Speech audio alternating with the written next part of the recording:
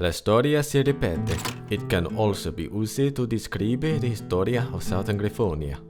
Hundreds of years ago, this region was dominated by a griffon called Arantigas Federin, who had established the first imperium on the continent, so the kingdom of Sparios was born in 600 BLB. The story of Sparios is even longer than the later Griffonia Imperium. However, after his death, the successors made a civil war and Sparios fractures into many successor states. One successor inherited the southern coastal area and took the city of Carthine as the new capital. That is the born of Carthinian Imperium. When the time came to 453 BLB, two tribes from the north destroyed the Carthinia and carved out their own nation on the ashes of the Imperium, the Wingbardy and Falkor, which became big rivals for centuries to come. In 705 ALB, along with the kingdom of Aquileia, Wingbardy was conquered by Grover the First, and this conquest marks the beginning of Griffonia Imperium. Fortunately, our nation is still the richest country in the Imperium. We has the control of the whole trade line in the south, and we are proud of being the jewel in the Griffonian crown. The Imperium tried to integrate Wingbardy, but they failed at last due to the hard work made by the family of the Emerita Cartine, whose dictatorship did not end until 934. Garibaldi Giuseppe forced King Garibaldi Taluneo II to adopt a liberal constitutional government.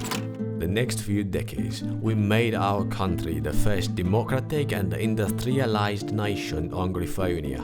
We are the richest, even better than Skyfall, but our futere was shattered in 971.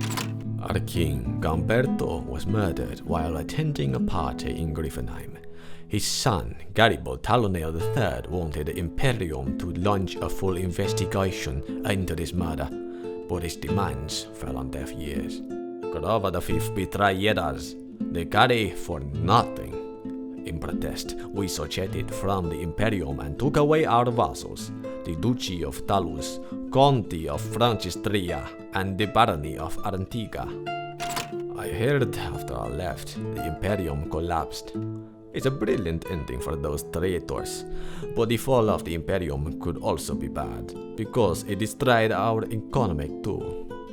Wingbardy was weakened by the economic crisis at the time, and our rival Falkor Principality took the chance to pressure us with their military force, and that was the beginning of the Falkor War in 985.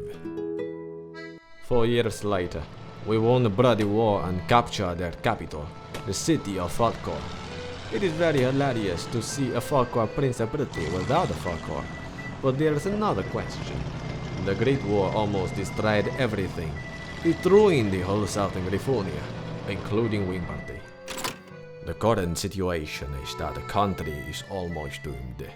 The government is changing all the time, and the radical Griffons are no longer satisfied with the moderate reform methods made by prime ministers. A Griffon called Giulio Piccolini has different opinions with the futere of Wingbardy and created the PNF, the Partito Nazionale Fascista, which has attracted a lot of radical Griffons and Falkor War veterans. Piccolini announced a march on Carthine in order to take the power and reform the country. At the same time, Antonino Praletarino and his communist followers have sworn to stop the fascists at all costs.